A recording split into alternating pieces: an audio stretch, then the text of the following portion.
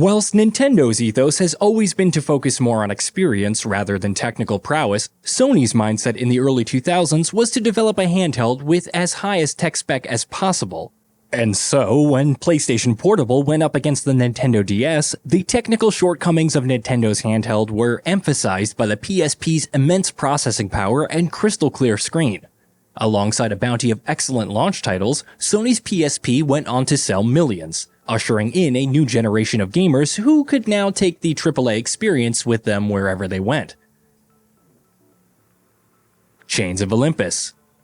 Chains of Olympus crams an awful lot of punch into Sony's tiny handheld. Representing Metacritic's highest rated PSP game, Ready at Dawn pushed Sony to boost the PSP's processing speed to 333 MHz during development, enabling them to render Kratos' first handheld foray into ancient Greece in an unprecedented detail, with realistic blood, lighting, and shadows providing visual aplomb for Kratos' voyage. Grand Theft Auto Chinatown Wars.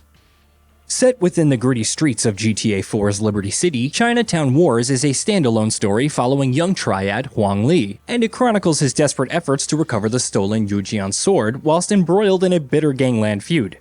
Originally released to Nintendo DS 6 months earlier, Chinatown Wars' PlayStation Portable version featured noticeable upgraded visuals, extra missions, and exclusive radio stations. The DS's top-down perspective was retained too, and with it the pick-up-and-play appeal of 90s GTA titles. Huang's story is powerful as well, encompassing themes of betrayal and honor on his bloody climb up the triad pecking order. Luminous Puzzle Fusion. Writing Luminous off as a mere psychedelic Tetris tribute belies its innovative block-building gameplay. The game's blocks are racked up, rotated, and slammed into place akin to Tetris. But the objective here is to create single-color 2x2 squares, which the timeline sweeping across the screen will erase and sync with the game's pulsating soundtrack. It's remarkable Luminous was a PSP launch title, surely one of the best launch titles on any of Sony platforms, and it went on to sell millions. Its addictive audiovisual makeup drip-feeding endorphins to players as they gradually build increasingly elaborate musical motifs with every completed square became the blueprint for the wildly immersive Tetris effect. Wipeout Pure. A series once synonymous with the PlayStation brand, futuristic anti-gravity racer Wipeout is sadly now mostly forgotten by the bigwigs in Japan. Back in 2004 though, Wipeout was big news, with Pure served as a launch title for PlayStation's new portable console, delivering breakneck pace and distinctive visual flair to showcase the PSP's prowess as a powerful handheld. Together with its successor, Wipeout Pulse, PSP-exclusive Wipeout Pure received unanimous praise. With its panoramic track layouts and industrious ship design, the crown jewels in an altogether jaw-dropping experience. Metal Gear Solid Peace Walker. The Metal Gear Acid games, which preceded Metal Gear Solid Peace Walker on the PlayStation Portable, issued blockbuster action for turn-based strategy. Come 2010's Peace Walker, Kojima Productions reverted to masterfully replicating the widescreen feel and deep gameplay mechanics of its console counterparts, even managing to stuff 30 hours of action into the package. Chronologically set a decade earlier than Metal Gear Solid 5 The Phantom Pain, Peace Walker's focus on base building and squad training laid the foundation in which Kojima's swansong title was built. Street Fighter Alpha 3 Max. Things get a little nebulous when revisiting each iteration of Street Fighter available during the 1990s. Character rosters swap and change, character designs update and revert, and in the case of Street Fighter Alpha sub-series, combo systems are expanded upon which weren't necessarily carried over into the mainline Street Fighter 3 series, which was concurrently being developed. Even more frustrating, the PlayStation Portable version of Street Fighter Alpha 3, with Max added to good effect, fits inside release windows of two much-loved Street Fighter 3 titles, Second Impact and Third Strike. So the most important thing to know is this: Street Fighter Alpha 3 Max is a fantastic entry in the Street Fighter canon, complete with sizable roster of characters, multiple game modes, and introduced in this version the ISM selectable fighting styles. It's an altogether thorough package which played great and looked fantastic on Sony's marquee handheld. Ridge Racer. Namco's iconic arcade racing series Ridge Racer made its PSP debut in Japan 2004. Described at the time as a compilation of the franchise's highlights, With multiple race modes and tournaments, rehashed circuits, and remastered tracks from the classic 90s titles with, most notably, a nitrous oxide gauge that'd refill for a momentary speed boost when executing the perfect drift. A key characteristic of Ridge Racer is skidding around corners. Heralded as one of the greatest Ridge Racer titles up to that point, the game's success was furthered by its excellent multiplayer capability, propelling the title to platinum status. Tekken Dark Resurrection. Tekken Dark Resurrection is itself a PSP port of the standalone update to PS2 title Tekken 5, with 3 new characters, each with compelling backstories, joining the classic lineup alongside super smooth 60 FPS gameplay during matches, and Dark Resurrection's crowning glory, ad hoc multiplayer, whereby only one fighter needs to bring a copy of the game to brawl with their mates. Bandai Namco plowed deep character customization options into Dark Resurrection 2. Fighters compete not just to be king of the Iron Fist, but to obtain in-game fight money that'll unlock PSP-specific intro movies and outfits. Patapon.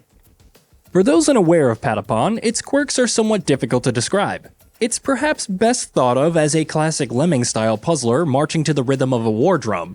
Beats start simply enough with a tapping of square, square, circle, a Patapon. The game's unique blend of rhythm and strategy ramps up in difficulty the more troops are amassed. Before long, players will be carving out drum fills with metronome-like precision, with steady beats leading the Patapon army to victory. Virtua Tennis World Tour.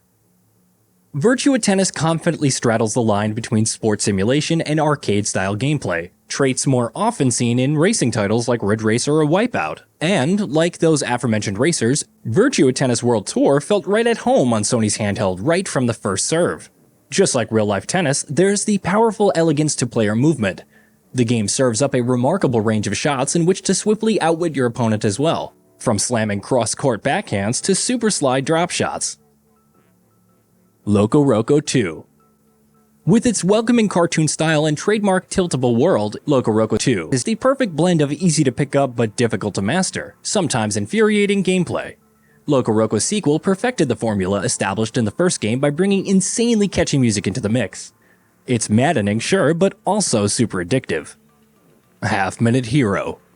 Unconventional action RPG HalfMinute Hero holds players to a strict 30-second ransom, with the titular hero sprinting around the overworld, scouring for random encounters in which to source points that'll level up weapons and HP before battling the mission's boss. All within half a minute. A seldom seen mechanic aside from, say, 2018's Minute, although that game gave a rather generous 60 seconds. The action in HalfMinute Hero is frantic, with each 30-second loop granting the hero power to push forth for more powerful upgrades. Fight Night Round 3.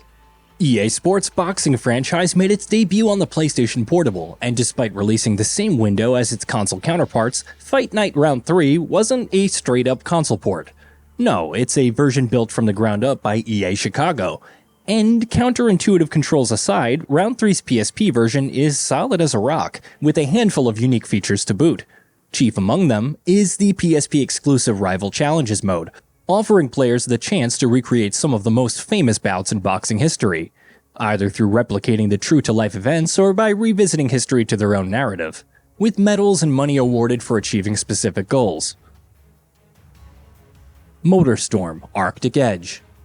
Motorstorm's ramshackle race day gameplay loop, whereby assorted vehicles are cobbled together to compete in an off-road carnage, had already garnered quite a following by the time it made its handheld debut in 2009's Motorstorm Arctic Edge. Now, most PSP games up until Arctic Edge were PSP ports or modified version console games, but once players gripped Motorstorm between their hands, they soon realized all the physicality, texture, performance, and sheer fun can be perfectly replicated if not surpassed when playing on the go.